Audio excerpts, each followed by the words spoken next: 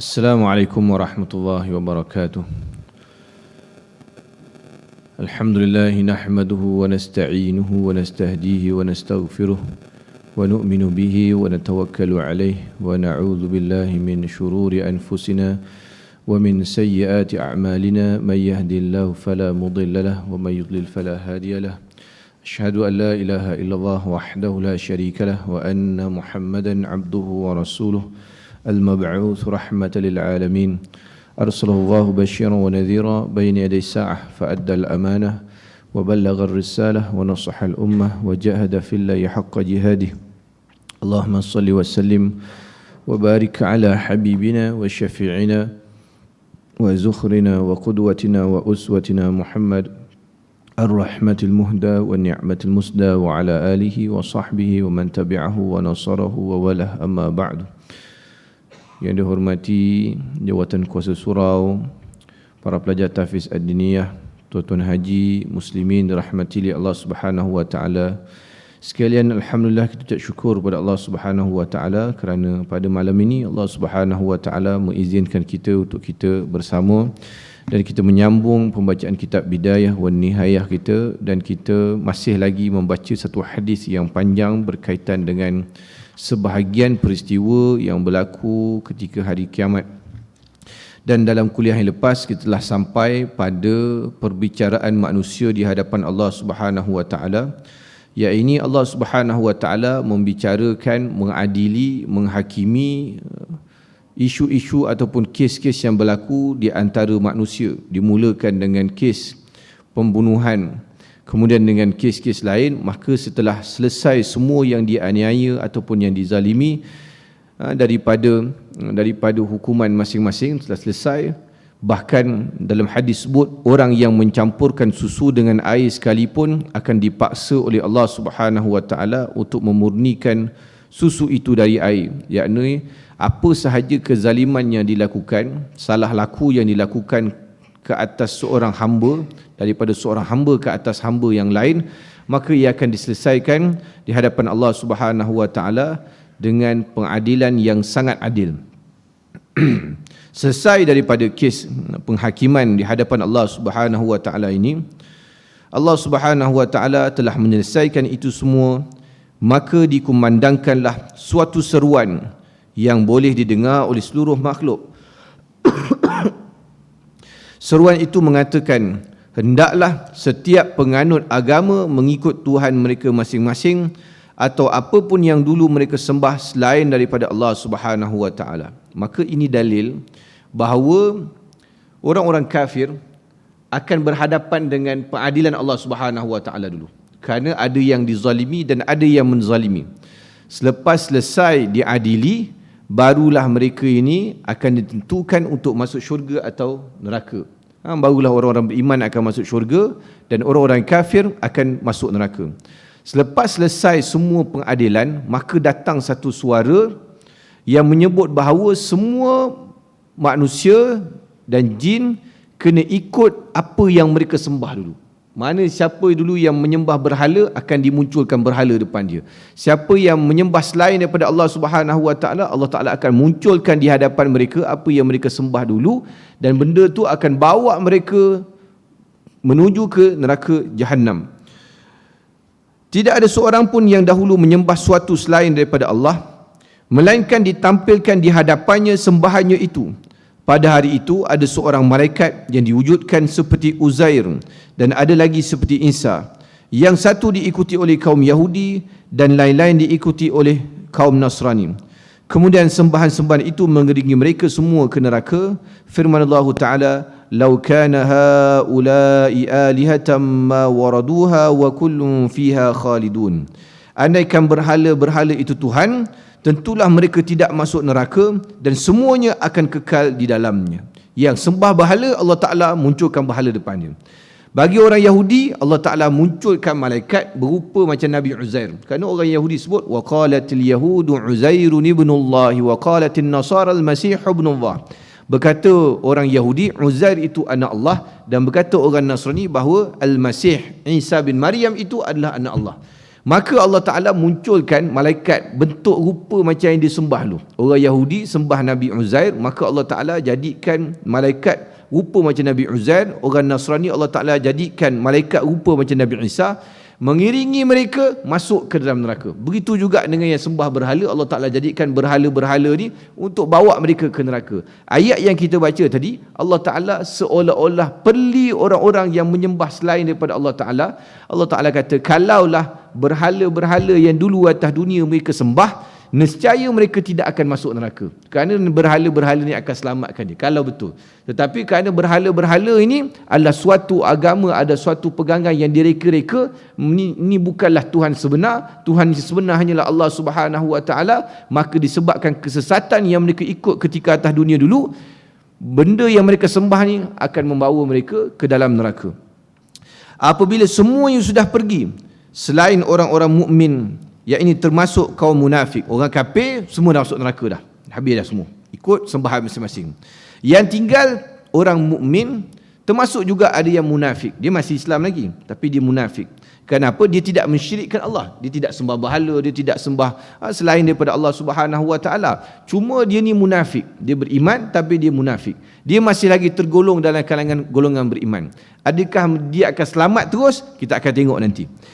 Maka datanglah Allah Subhanahu Wa Taala dalam wujud yang dikehendakinya, seraya berfirman, wahai manusia, orang ramai telah pergi, maka ikutlah Tuhan-Tuhan kamu, apa pun dulu yang kamu sembah. Allah Ta'ala datang sebut kepada yang tidak masuk neraka pada waktu itu, tinggal orang beriman saja, termasuk juga orang munafik. Allah Ta'ala kata, wahai manusia, yang lain-lain tadi semua dah ikut sembahan-sembahan mereka, yang kamu ni tunggu apa lagi? Yang kamu duk tinggal ni, yang tak pergi mana-mana ni, tunggu apa lagi? Maka mereka berkata, demi Allah, kami tidak mempunyai Tuhan selain Allah Subhanahu Wa Taala, dan kami tidak pernah menyembah selain daripada dia. Ya Allah, yang tadi itu semua sembah-sembah lain, kami ni ya Allah tidak pernah sembah lain kecuali sembah hanya padamu ya Allah, tak ada sembahan lain lagi. Maka Allah Subhanahu Wa Taala pun dalam hadis disebut meninggalkan mereka selama waktu yang dikehendakinya. Allah Taala tinggalkan dulu. Kemudian Allah Subhanahu Wa Taala datang lagi dan berfirman, wahai manusia, orang ramai telah pergi, maka ikutlah Tuhan-Tuhan kamu, apa pun yang kamu sembah. Sekali lagi Allah Subhanahu Wa Taala sebut, wahai manusia, yang lain tadi dah ikut sembahan-sembahan mereka, kamu ni sembah siapa, kamu pergi ikut apa yang kamu sembah. Maka sekali lagi orang-orang yang beriman sebut, demi Allah, kami tidak mempunyai Tuhan selain daripada Allah Subhanahu Wa Taala, dan kami tidak pernah sembah selain daripada Allah Subhanahu Wa Taala. Allah Subhanahu Wa Taala menyingkapkan betisnya, yakni keagungan dan kebesarannya, dan nampaklah oleh mereka sesuatu dari keagungannya, yang demikian mereka mengenali bahawa itu adalah Tuhan. Mereka pun bersujud dan menyungkurkan wajah mereka. Bila orang beriman lihat Allah Ta'ala tunjukkan kebesarannya, kerana disebut tadi bahawa mereka ni tak sembah lain kecuali Allah Ta'ala sebanyak 2 kali, barulah Allah Ta'ala tunjukkan keagungan dia sebagai Tuhan yang maha besar. Bila orang beriman tengok kebesaran Allah Subhanahu Wa Taala, keagungan Allah Subhanahu Wa Taala, maka ketika itu orang beriman terus sujud kepada Allah Subhanahu Wa Taala. Maka apa jadi orang-orang munafik tadi? Boleh ke dia sujud? Sedangkan orang munafik bersujud pada tengkuknya, kerana Allah Subhanahu Wa Taala menjadikan tulang punggung mereka seperti tanduk lembu. Orang munafik tengok orang beriman cuba sujud, dia pun cuba sujud juga. Orang beriman boleh sujud kerana di atas dunia orang beriman ni sudah biasa solat. Kita sudah biasa solat. Kerana apa yang kita buat atas dunia ni akan menentukan apa yang kita boleh buat dekat akhirat nanti. Keadaan kita dekat akhirat. Kalau atas dunia kita biasa sujud kepada Allah Subhanahu Wa Taala, maka dekat akhirat mudah untuk kita sujud pada Allah Subhanahu Wa Taala. Bahkan kita kata bukan tu tunggu akhirat, orang dekat dunia ni pun kalau tak biasa solat, dia jadi kekok solat tu kan. Kita tahu orang ni biasa solat dengan orang yang sekali-sekala solat. Orang yang biasa solat dengan orang yang datang sembahyang Jumaat je solat, ataupun datang sembahyang raya je solat. Kita tengok dia solat tu, kita tahu dia ni bukan orang biasa solat. Dia kekok. Ada dia jahil ataupun dia kekok. Kalau atas dunia lagi kita dah boleh nampak begitu, orang yang biasa buat amal soleh dengan orang tak biasa buat amal soleh. Dekat akhirat Allah Ta'ala akan tunjuk lagi, orang beriman boleh sujud pada Allah Ta'ala, orang munafik ni tidak boleh sujud. Dia cuba sujud tak boleh, tapi dia cuma boleh bengkokkan Tengkuk dia sahaja, kerana Allah Subhanahu Wa Taala telah jadikan tulang belakang mereka, tulang punggung mereka ni keras seperti tanduk lembu. Tak boleh nak buat apa dah. Allah Taala jadikan dia bercantum. Kerana atas dunia dulu mereka tak nak sujud pada Allah Taala, dekat akhirat Allah Taala tak bagi sujud. Ni satu petanda yang tidak baiklah. Maknanya kalaulah Allah Taala tak izinkan sujud pada waktu tersebut, maka payah dia lepas daripada tu. Allah Subhanahu Wa Taala mengizinkan mereka mengangkat kepala. Ternyata Allah Subhanahu Wa Taala bila yang manusia ni, yang saki-baki yang beriman ni tadi, yang munafik tunduk pada Allah Subhanahu Wa Taala, yang munafik tunduk, yang beriman boleh sujud pada Allah Taala. Bila Allah Taala suruh angkat kepala, ternyata Allah Taala telah meletakkan titian sirat terbentang antara dua pinggir neraka Jahannam. Besarnya, ni ada pelbagai riwayat. Besar titian siratul mustaqim seutas rambut atau seikat rambut, sama ada di sehelai rambut ataupun di seikat rambut. Dia ada dua riwayat. Atau yang pasti dia tajam bagaikan pedang. Dia tebal, katakanlah kita ambil pendapat yang kata seikat rambut. Seikat rambut pun tak boleh kita berjalan atas seikat rambut kalau fikir logik kita, tuan-tuan. Kita tak payah kata seikat rambut lah tu.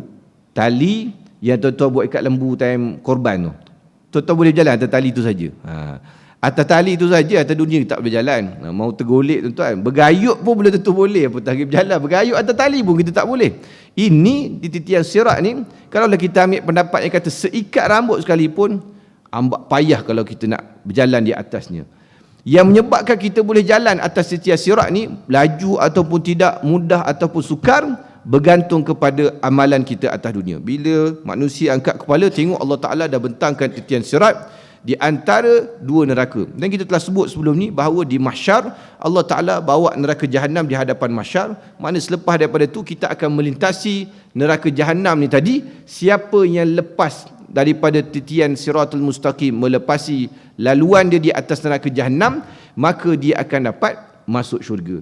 Siapa yang terkandas, ini kita sebut nanti, ada orang-orang munafik yang tadi tu, dia tak masuk neraka sekali orang kafir, tapi dia akan masuk neraka bila di titian siratul mustaqim. Dekat situ ramai yang akan terkandas dan akan jatuh ke dalam neraka Jahannam. Baik. Di atasnya ada besi-besi pengait dan penyambar serta tumbuhan berduri bagai duri-duri pokok sa'dan. Di bawahnya ada jambatan licin yang menggelincirkan mereka melaluinya. Maka dalam titian sirat ni dia nipis, halus. Kemudian ada penyambar dan juga pengait-pengait. Bawah tu neraka Jahannam. Dia ada pengait-pengait daripada neraka Jahannam tu. Dia kenal siapa orang yang Allah Ta'ala tentukan dia ni akan masuk neraka, maka dia akan kait orang ni dan akan jatuh. Kait orang ni akan jatuh dalam ke Jahannam. Siapa yang boleh dikait ni? Bermakna orang yang melintasi titian sirat ni dalam keadaan perlahan. Dia akan disangkut. Dalam ni tajam, kemudian licin pula tu titian siratul mustaqim. Bermakna memang kalau ikutkan logik dia, memang semua orang akan jatuh dekat situ. Tetapi yang akan menyelamatkan pada waktu tersebut adalah amalan. Kerana ada orang melaluinya sekelip mata. Ini paling laju sekali, dia akan lalu sekelip mata. Tak, sekelip mata ni, sekelip metuk dia dah sampai ke ujung dah. Mana orang yang berjalan sekelip mata, dia tak sempat rasa tajam, dia tak sempat rasa panas, tak sempat kena kait, tak sempat apa, dia terus selamat. Mana orang ni orang yang Allah Ta'ala telah tentukan syurga padanya. Kita kalau boleh nak jadi beginilah, orang yang boleh melintasi titian siratul mustaqim sekelip mata. Ni level paling laju sekali. Orang yang dapat lintas begini dah tentu orang-orang yang dekat dengan Allah Subhanahu Wa Taala. Amal dia amal yang soleh. Orang yang Allah Taala telah pilih dia, telah tentukan dia menjadi ahli syurga. Pertama. Kedua, bawah sikit daripada sekelip mata, ada orang yang berjalan secepat kilat pun laju juga. Secepat kilat ni maknanya seperti elektrik lah. Kilat ni kita kata kalau mudah kita ni faham elektrik lah. Mana kita tekan switch macam tum nyala kan.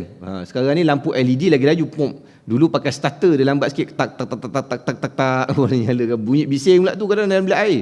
Jadi balik kampung kadang nak 2-3 pagi pergi bilik air, orang tahu kita pergi bilik air. Kadang apa bunyi starter tandas tu tak tak tak tak tak. Dia lambat sikit. Sekarang dia kata nak kata elektrik ni kita tekan nyala.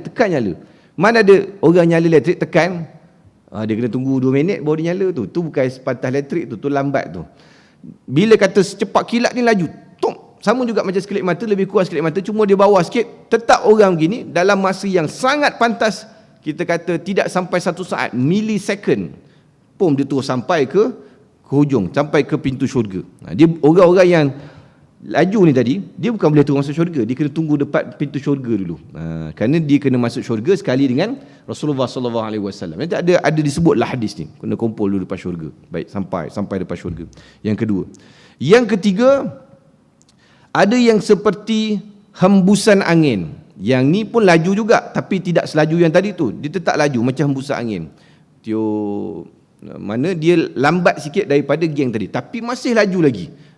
Kemudian yang ketiga, yang seterusnya, ada yang sekencang kuda berlari. Kuda berlari, angin lagi laju daripada kuda. Sebab tu kita tengok kapal terbang lebih laju daripada pengangkutan lain, kerana kapal terbang ni menggunakan udara dekat atas, pengangkutan udara laju lagi. Darat, kuda lah paling laju kan. Sebab tu dikira kenderaan kita kuasa kuda, horsepower kan. Lagi besar horsepower, maknanya lagi potensi kenderaan tu laju. Jadinya yang ni kenderaan dia 1 horsepower, maknanya laju macam kuda berlari, pun laju jugalah, laju juga. Kalau kita dapat yang begini pun okey jugalah, dapat sepantas kuda berlari. Maknanya rasa dia, orang sepantas kuda berlari ni, dia akan rasa-rasa sikit-sikit lah bahang-bahang neraka, dia akan nampak pengait-pengait tu lalu. Lepas daripada tu, atau sekencang unta. Unta dia slow sikit daripada kuda. Sebab tu orang tak panggil camel power, orang panggil horse power, kerana unta tak cukup power. Unta dia slow sikit daripada kuda. Kalau berlumba kuda dengan unta, confirm unta kalah, kerana unta perlahan sikit. Bawah daripada tu, sekencang orang berlari. Dia dah makin slow lah. Maknanya unta dengan orang lagi perlahan. Maknanya kalau kita kata, kalau berlumba unta dengan Usain Bolt, maknanya kalah Usain Bolt lah. Unta dia laju sikit daripada Usain Bolt, kerana binatang 4 kaki ni dia laju lagi. Bawah. Itu pun laju juga Usain Bolt tu lari. Rekod dia berapa, 500 meter tu berapa? Bawah 10 second sekarang. Laju. Pun laju tuan-tuan. Geng-geng Afrika ni memang berlari laju. Di antara mereka ada yang selamat, dan ada yang pula wajahnya terhempas pulas di dalam neraka Jahannam. Bahkan ada riwayat lain menambah, ada yang seperti orang berjalan, ada yang mengesot di atas titian sirat. Ini lagi rendah. Maka yang perlahan-perlahan, kita kata yang berlari seperti manusia ni pun kita kata ada potensi sangkut lah. Maka pengait-pengait neraka Jahannam ni, dia akan cuba elak, kalau tak berjaya elak, maka akan tersangkut, akhirnya masuk dalam neraka. Ini bergantung kepada amal kita lah tuan-tuan. Dia kata Syekh At-Ta'ilah As-Sakandari, antara amalan yang boleh menyebabkan kita laju ketika titian Siratul Mustaqim adalah orang yang melazimi datang masjid berjemaah. Orang yang datang masjid surau berjemaah ni, dia jalan kaki, dia usaha untuk jalan kaki bagi boleh sampai solat berjemaah. Orang yang menjaga, melazimi diri dalam solat berjemaah di masjid dan surau, orang ni boleh dapat pantas ketika di titian Siratul Mustaqim. Kita kalau boleh nak dapat pantas ni, kalau boleh tak nak bagi sangkut lah, kerana perjalanan tersebut adalah satu perjalanan yang kritikal kalau tidak dibantu dengan amalan kita. Manakala ni selesai daripada titian sirat ni pun satu cerita panjang, dia ada satu perbahasan lain nanti. Manakala penghuni syurga telah sampai di hadapan pintu syurga, yang tadi yang jalan-jalan laju tadi pun sampai dah depan pintu syurga, tunggu. Baik. Mereka berkata, siapakah yang dapat memberi syafaat, yakni mendoakan kita kepada Allah agar dia mengizinkan kita masuk syurga. Pintu syurga masih tutup lagi. Ni maknanya kita kata payahnya nak masuk syurga ni. Dah sampai depan pintu syurga pun belum tentu boleh masuk syurga lagi. Pintu syurga masih tutup lagi. Orang ni akan masuk syurga, cuma tidak mudah tu masuk syurga. Kerana pintu ni ada seorang sahaja daripada kalangan hamba Allah yang diberi izin untuk membuka pintu syurga ni. Iaitu siapa?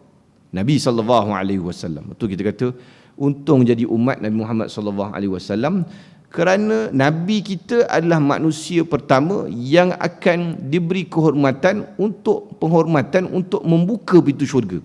Syafaat Nabi SAW dapat membuka pintu syurga.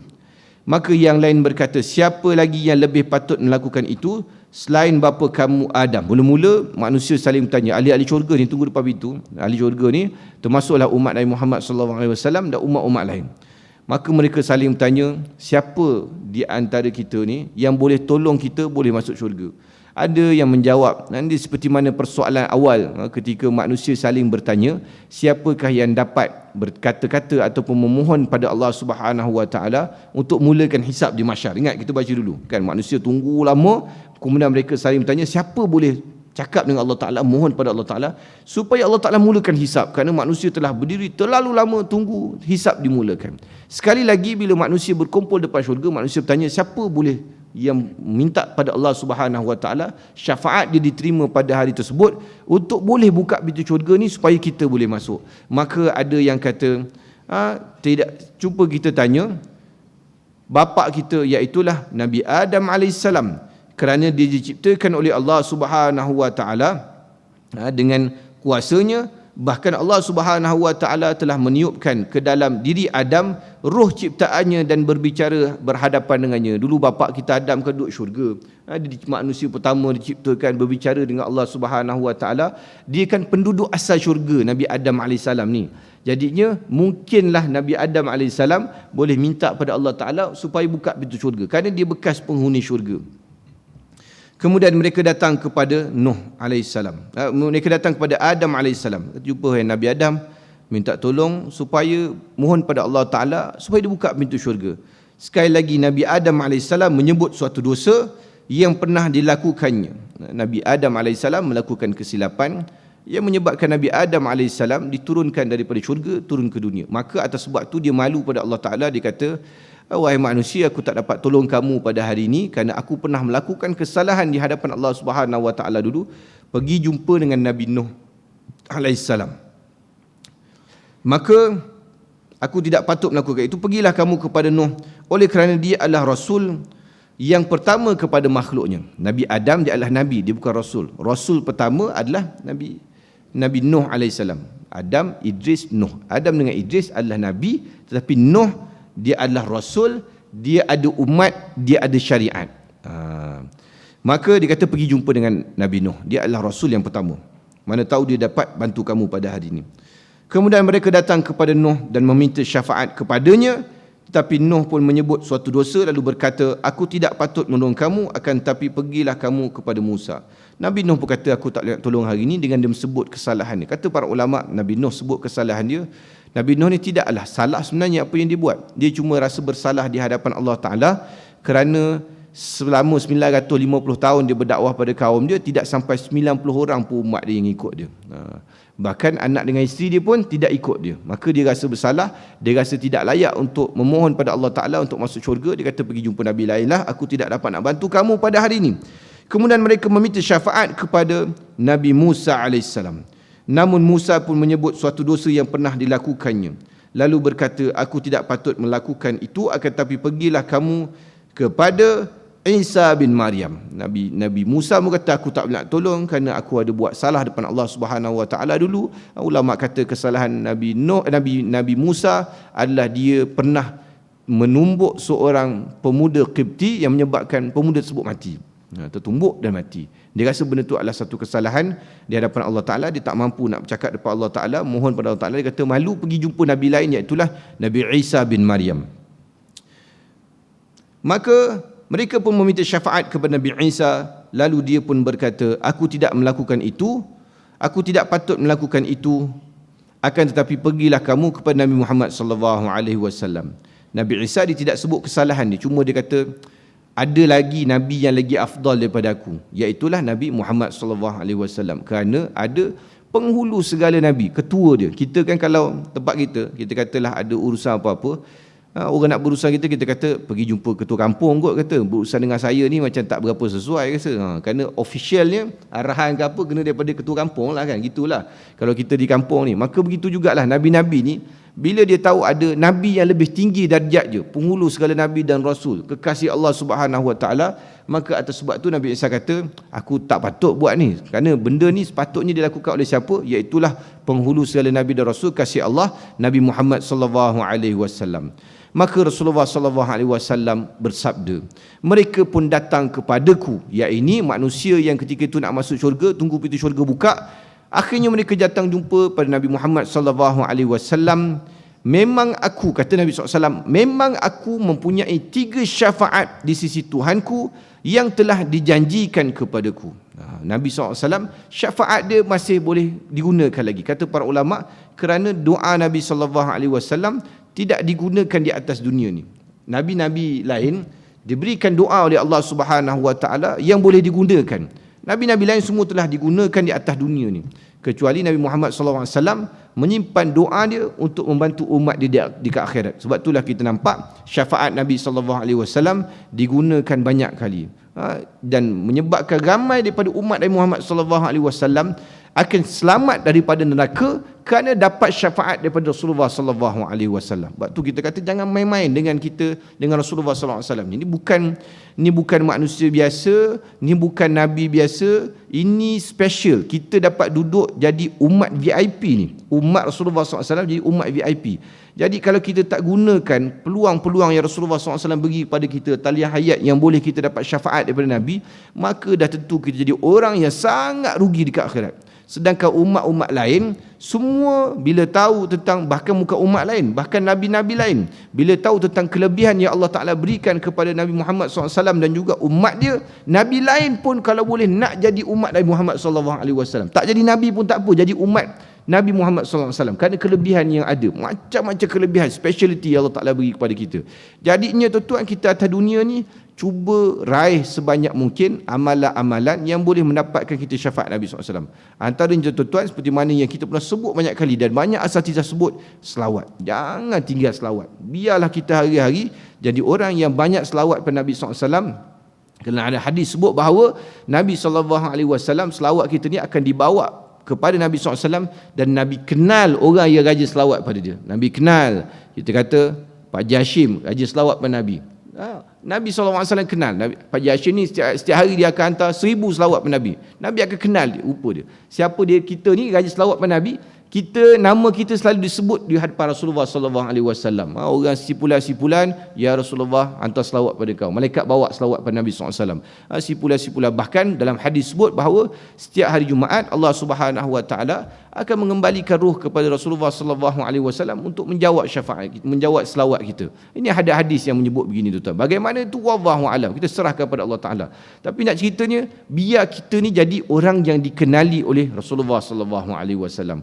Jadi bila Rasulullah kenal kita, kita ada kabel kuat tuan-tuan. Kita ada kabel kuat ke akhirat yang boleh selamatkan kita. Mudah-mudahan. Kerana kalau nak harapkan amalan kita saja, nampak gaya memang melingkup tuan-tuan amalan kita ni. Semayang tak khusyuk, apa semua ke laut tuan-tuan, kejap semangat, kejap tidak, kejap buat baik, kejap tak buat baik, kejap buat amal soleh, kejap buat dosa. Kalau nampak memang tak cerah masa depan kita tuan-tuan.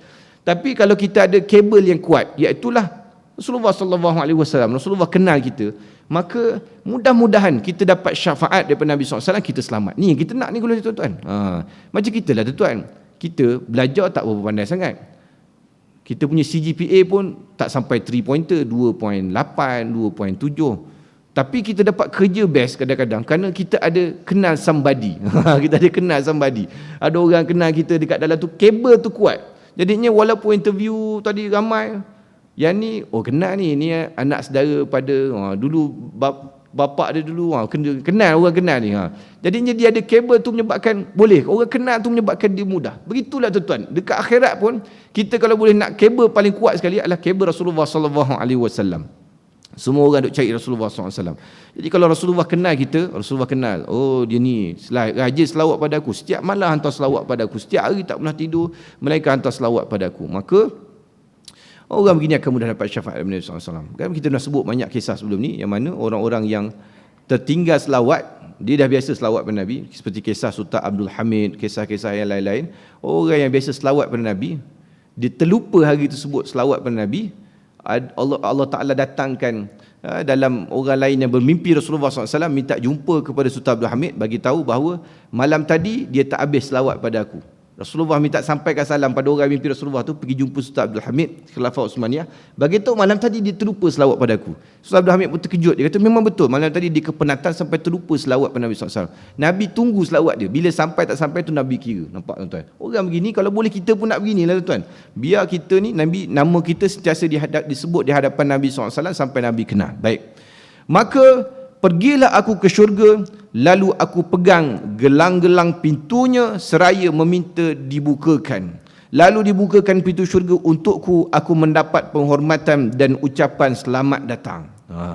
Kerana manusia yang boleh buka pintu syurga adalah Rasulullah SAW. Nahnul akhirun awwaluna yaumal qiyamah wa awwalu man dukhulal jannah. Kita adalah umat terakhir, tetapi kita ke akhirat umat pertama dan umat yang pertama sekali masuk syurga. Bila Rasulullah SAW buka pintu syurga, yang duduk belakang Rasulullah adalah siapa? Adalah kita, umat Nabi Muhammad SAW. Kerana setiap umat akan berdiri di hadapan Nabi masing-masing. Nabi siapa depan dia, umat dia akan duduk belakang. Ketua kontingen dekat akhirat siapa? Nabi masing-masing. Ketua kontingen kita ke akhirat adalah Rasulullah SAW. Bila Rasulullah masuk syurga, maka akan diikuti oleh umat-umat Nabi Muhammad SAW. Nabi kata, aku pegang gelang-gelang pintu syurga.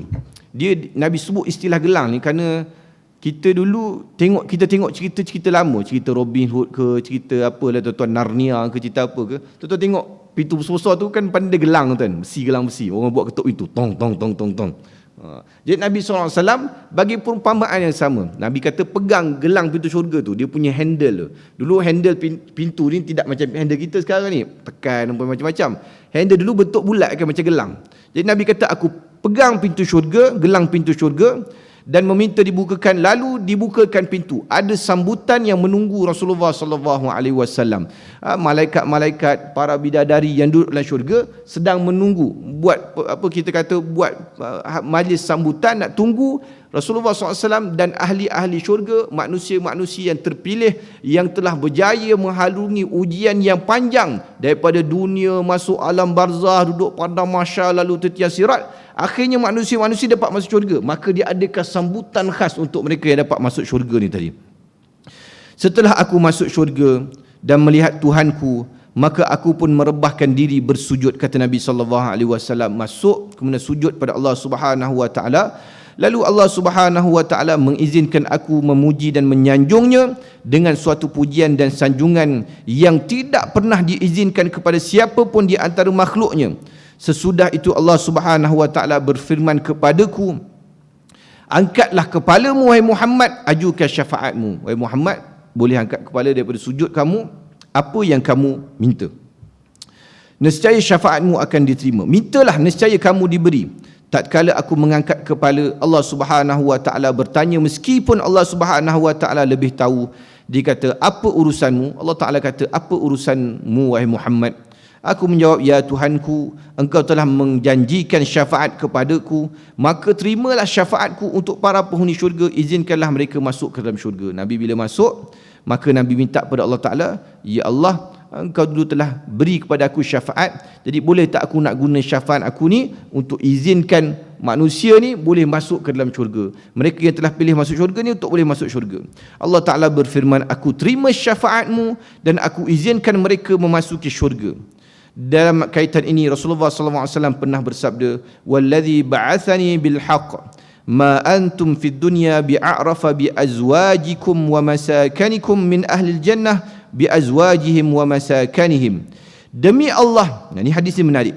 Demi Allah yang mengutus aku dengan membawa kebenaran, kamu sekalian di dunia ini tidaklah lebih mengenali isteri dan tempat tinggalmu dibandingkan ahli syurga ketika mengenal isteri dan tempat tinggal mereka masing-masing. Maknanya ahli syurga ni, dia kenal dah mana dia punya kawasan yang Allah Ta'ala tentukan untuk dia. Syurga mana, kawasan mana, lot mana, simpang mana. Kita tak tahulah macam mana keadaan syurga tu, wallahu alam. Tapi syurga ni sangat luas lah. Semua orang dapat bahagian yang terlalu luas masing-masing. Nabi sebut, kamu dekat dunia ni, kita rasa atas dunia ni, kita kenal sangat rumah kita ni. Tutup mata pun kita kata boleh jalan lah balik daripada surau ni balik rumah. Kalau tak langgar tu sampah, boleh jalan sampai rumah. Kita kenal rumah kita, lorong ke berapa, ada pokok apa dekat depan, tiang api, lampu nyala ke tidak, apa semua kita kenal. Tetapi rupanya Nabi sebut ahli syurga, dia lagi kenal rumah dia kat dalam syurga. Ni Allah Ta'ala memang cipta gitulah. Memang dia ni ahli syurga, dia masuk syurga, dia tahu dah. Tak payah nak tengok alamat, tanya orang, aku ni syurga belah mana ni, alamat baru tak kenal lah duduk sini. Tak. Dia kenal dah, dia tahu dah mana tempat dia. Terus akan pergi ke bahagian dia di dalam syurga tersebut. Bukan sekadar Wa masakanikum, dia kata bukan sekadar rumah-rumah kamu, tapi bi azwajikum. Atas dunia, kita kata kita kenal sangat bini kita. Kahwin 30 tahun, kahwin 40 tahun. Kita kata kenal sangat dah bini kita ni. Tengok dari jauh pun kita boleh kenal. Kalau tak nampak bini tu, biasa power spec dia kena tukar lah tu kadang-kadang. Mungkin kerana power spec dia tu jadi lemah ke, jadi nampak dua bini dia pun dia nampak dua kadang-kadang kat rumah. Tu power kena tambah. Tapi biasa kita kenal sangat bini kita kan. Duduk kat pasar ke, bini kita duduk shopping, tengok dari jauh kita nampak tu bini tu, cara dia berjalan tahu. Ataupun kita duduk dekat tempat lelaki, kita tengok bini kita duduk dekat tempat perempuan. Walaupun semua pakai telekung, kita tahu cara duduk bini kita tu pun kita tahu. Tu bini kita tu duduk menyengek gitu macam udang dalam peti sejuk, kita tahu tu, kita kenal dia. Biasa kita kenal lah. Tapi sebenarnya Nabi kata orang ni, ahli syurga ni, isteri dalam syurga. Isteri dunia lain, isteri syurga lain. Ni kita kena faham ni. Tak ada boleh jadi isteri kita di dunia, jadi isteri di syurga. Boleh jadi begitu. Kalau dia soleh sama-sama masuk syurga lah. Ada yang isteri tu sekadar dunia je. Syurga mungkin suami yang masuk atau isteri saja masuk. Jadinya ada perbahasan dekat sini. Siapa yang jadi isteri syurga, siapa yang tak jadi isteri syurga. Dan isteri syurga ni jumlah dia berapa? Ni part ni orang lelaki dia cerah mata bila dengar ni kan. Saya ngajar bab ni ada satu surau tu, semua kawasan orang pencen. Semua kadang tak larat tengok gitu. Tapi bila part isteri syurga ni jadi cerah mata semua, jadi semangat semua. Baik. Ini adalah hadis Nabi SAW sebut. Demikianlah setiap lelaki yang masuk syurga menemui 72 orang bidadari yang diciptakan oleh Allah Subhanahu Wa Taala. Maknanya orang yang masuk syurga bukan dapat satu bidadari, 72 bidadari. Ramai 72 bidadari ni. Tak cukup dengan tu, ditambah 2 orang wanita dari Adam.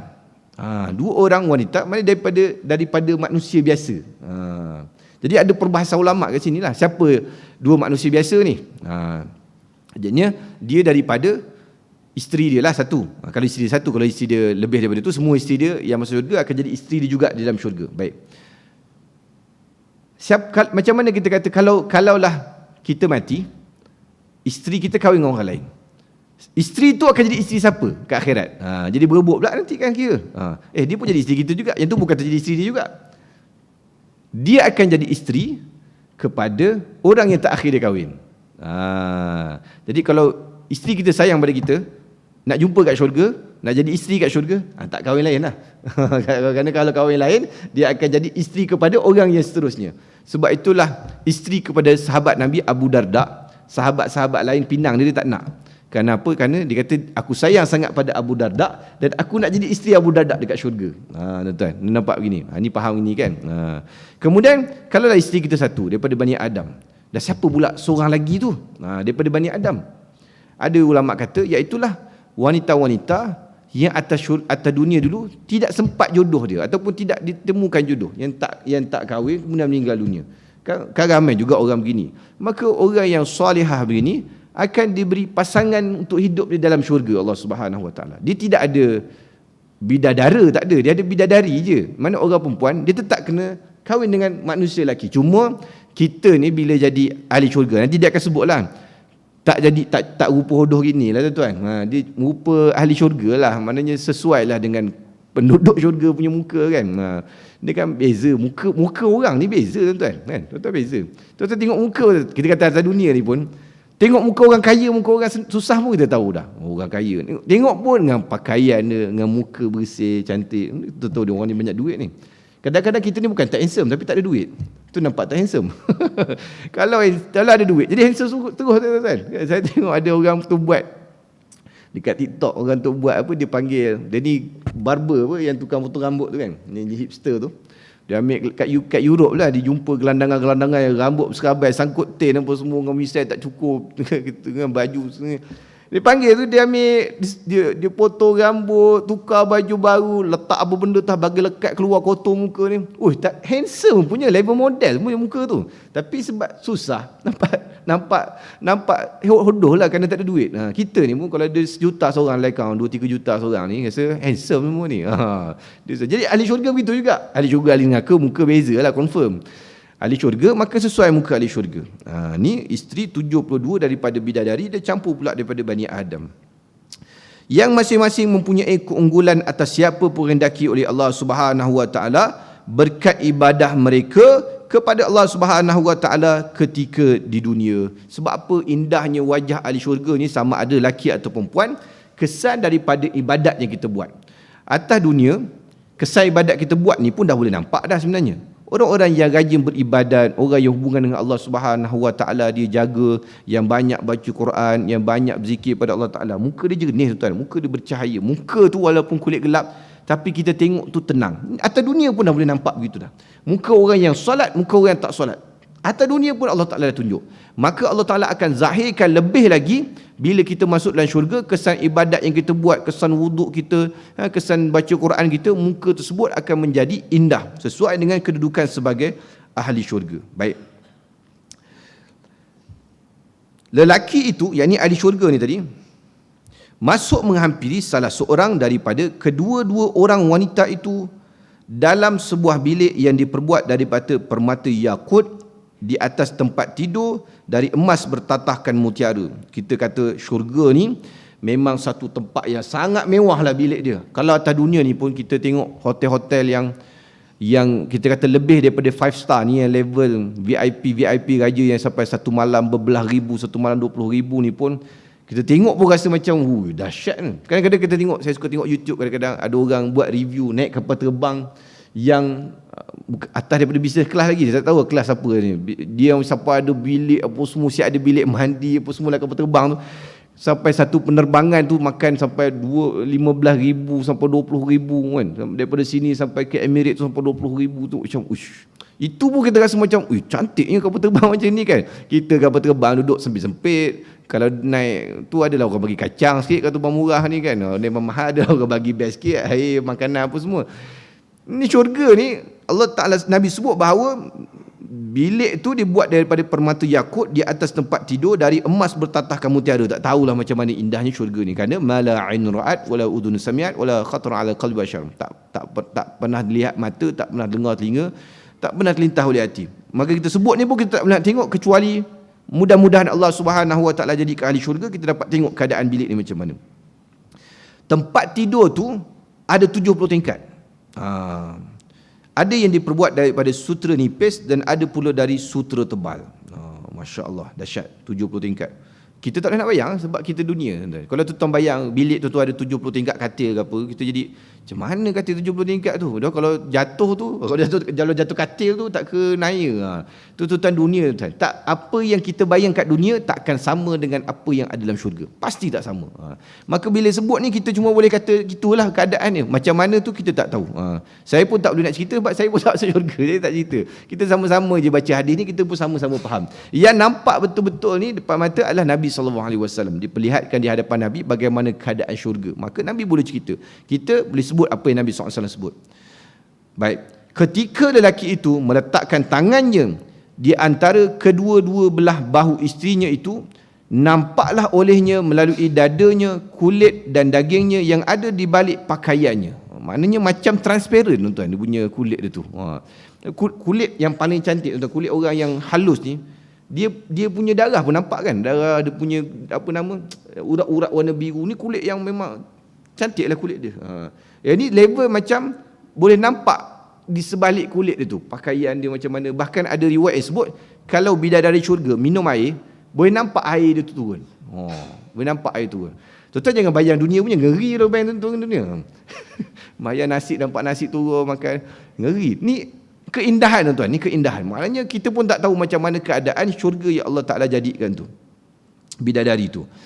Dia benar-benar boleh melihat daging betisnya seperti seorang dari kamu melihat kawat daripada untaian permata yakut. Macam cermin. Maknanya orang boleh nampak kulit dia tu punya halu, boleh nampak daging betis. Tapi itulah kita kata, tak boleh bayang dengan keadaan dunia. Kalau kita bayang keadaan dunia, dia jadi nampak nampak ngeri lah gitu kan. Tapi ni keindahan, ni tak tahu macam mana bentuk dia tu, kita tak tahu. Bila Nabi sebut dia indah, memang dia indah. Ni keadaan yang paling cantik sekali.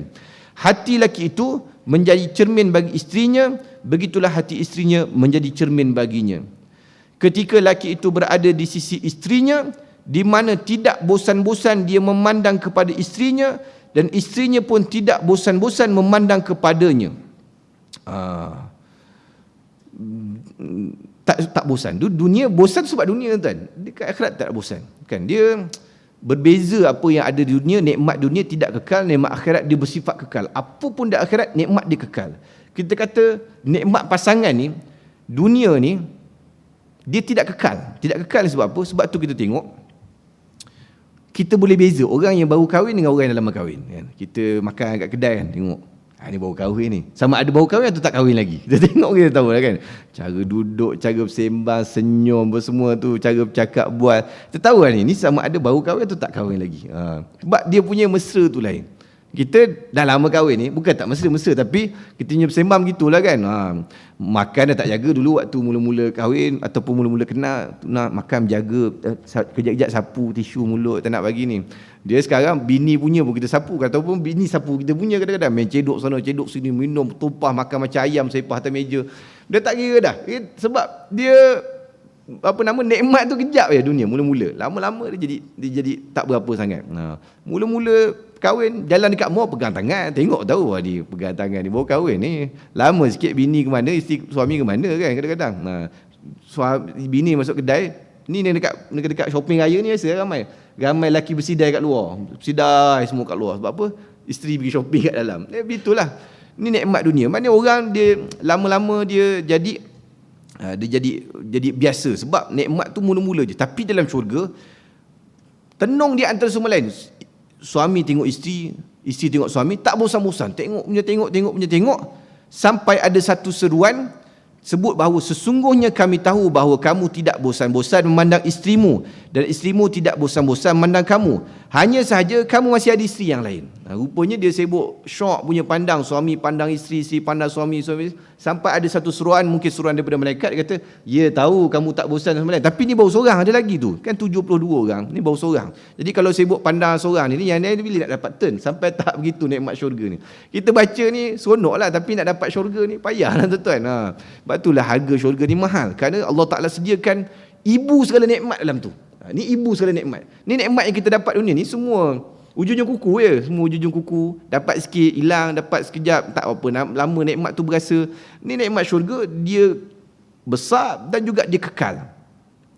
Laki itu pun keluar mendatangi isteri-isterinya yang lain, seorang demi seorang. Setiap kali datang kepada seorang, disambut dengan ucapan, demi Allah, dalam syurga ini tidak ada yang lebih tampan darimu, dan syurga ini tidak ada yang lebih aku cintai daripadamu. Bila dia jumpa isteri dia, setiap isteri yang dia jumpa, isteri tersebut akan memuji dia. Ya Allah, tak ada orang yang lebih handsome daripada abang dalam syurga ni lah. Tak ada orang yang aku cinta lebih daripada engkau dalam syurga ni lah. Berbeza dengan dunia. Beza dengan dunia. Dunia, isteri kita puji kita, bila dia tahu kita dapat gaji. Dia kata, abang hari ni handsome ni macam abang hari ni. Pakai smart-smart hari ni. Kalau tak hari lain dia kata, muka kita macam tapawai tiruan kadang-kadang. Jadi, maknanya, begitulah kita kan, tu dunia ni kan. Mengutuk, bila bula-bula kahwin tu bukan main, puji tu puji dia. Lama ni macam-macam, dia kata kita bangla lah, kulit gelap lah, dia kata kita macam-macam lah tuan. Tapi dalam syurga, semua isteri ni bila suami datang dia akan puji suami dia tu tadi. Dan memang keadaan kita di syurga, kita sebut tadi, tampan, memang betul lah kita tampan lebih daripada keadaan kita di dunia. Sesuai kita dengan ahli syurga. Baik. Maka habis dekat situ. Ni habis nikmat syurga. Tapi kita akan sebut masuk bab ni cuma satu hadis. Dia akan satu bab nanti, nikmat-nikmat syurga ni macam mana. Baik.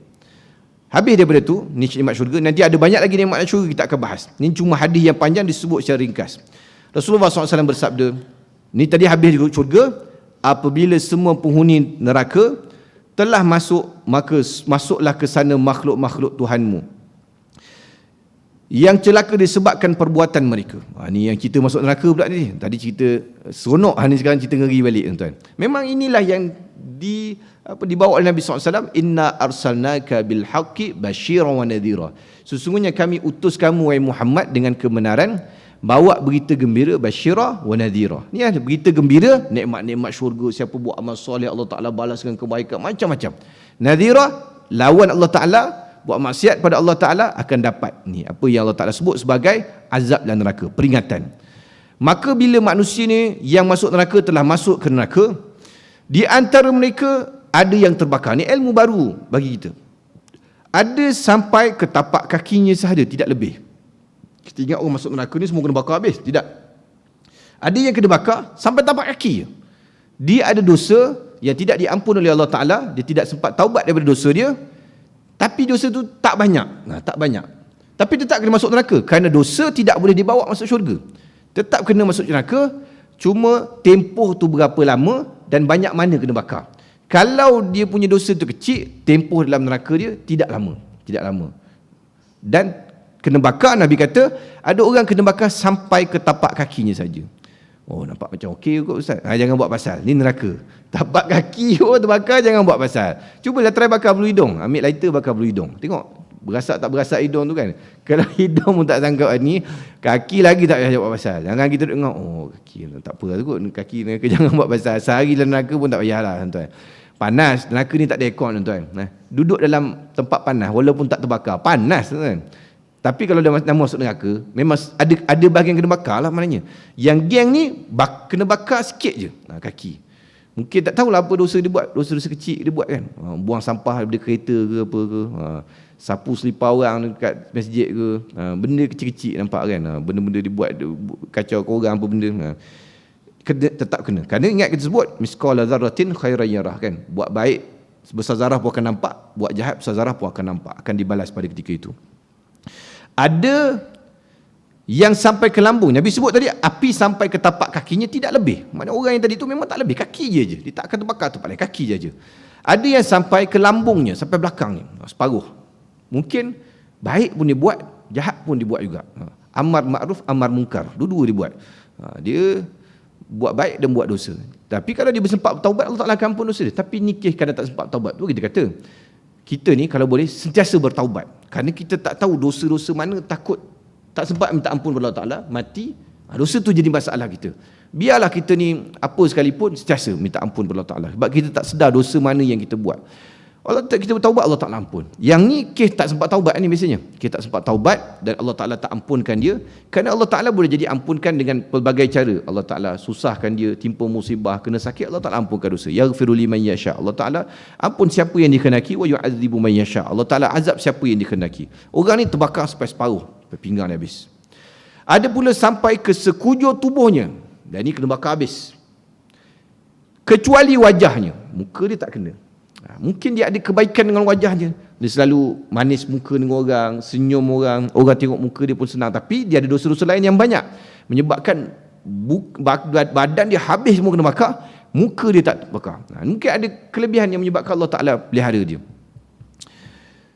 Ada pula yang kerana Allah Ta'ala telah mengharamkan api membakar rupa orang itu. Sebab tu tuan-tuan, kita ni usaha, dan sahabat-sahabat ni cuma usaha, tak nak bagi, buat macam mana tak nak bagi api neraka boleh sentuh. Kan macam-macam Nabi sebutkan. Ada sahabat yang minum darah bekam Nabi SAW, Ummu Aiman kan. Kan Nabi kata pergi buang darah ni dekat tempat yang orang tak nampak. Nabi bekam, Nabi kata buang darah ni dekat tempat yang orang tak nampak dan orang tak tahu. Ummu Aiman dapat darah Nabi SAW, pergi belakang, pergi minum. Rasulullah tanya, dah buang dah? Dah. Buang kat mana? Buang dekat tempat orang tak nampak dan orang tak tahu. Masuk perut memanglah orang tak nampak dan orang tak tahu. Rasulullah kata, kamu minum darah aku kan? Dia kata, ya Rasulullah. Jangan tipu Nabi, jangan buat pasal tipu Nabi. Ya Rasulullah, betul ya Rasulullah, aku minum darah kau. Rasulullah kata, orang yang darah dia bercampur dengan darah aku pasti tidak akan disambal oleh api neraka. Darah Rasulullah dalam badannya pasti tak dicampur dengan api neraka. Begitulah sahabat-sahabat lain cuba macam-macam, kita baca kisah, cuba nak bagi peluang kulit dia melekat dengan kulit Nabi SAW, peluk Nabi, nak bagi macam-macam. Itu juga salah satu sebab kita kata kebanyakan barang-barang peninggalan Nabi SAW tak sampai pada kita kebanyakan. Yang ada tinggal sikit je dia. Yang ada dekat Muzium Topkapi, yang ada sebagai Syekh pegang. Sebenarnya banyak barang Rasulullah ni. Pun tak banyak jugalah. Tapi bila Nabi wafat, sahabat-sahabat pegang barang-barang ni. Ada sahabat Anas bin Malik pegang selipar Nabi, pegang rambut Nabi, Abu Hurairah pegang janggut Nabi, pegang semua, ada barang-barang Nabi semua pegang.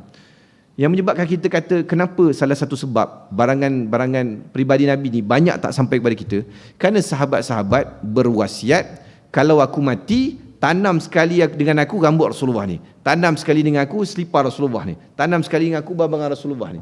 Yalah tuan-tuan, ni barang Rasulullah, kalau bawa masuk dalam kubur, mudah-mudahan dapat keberkatan, kerana tabaruk dengan barang Rasulullah tu memang ada.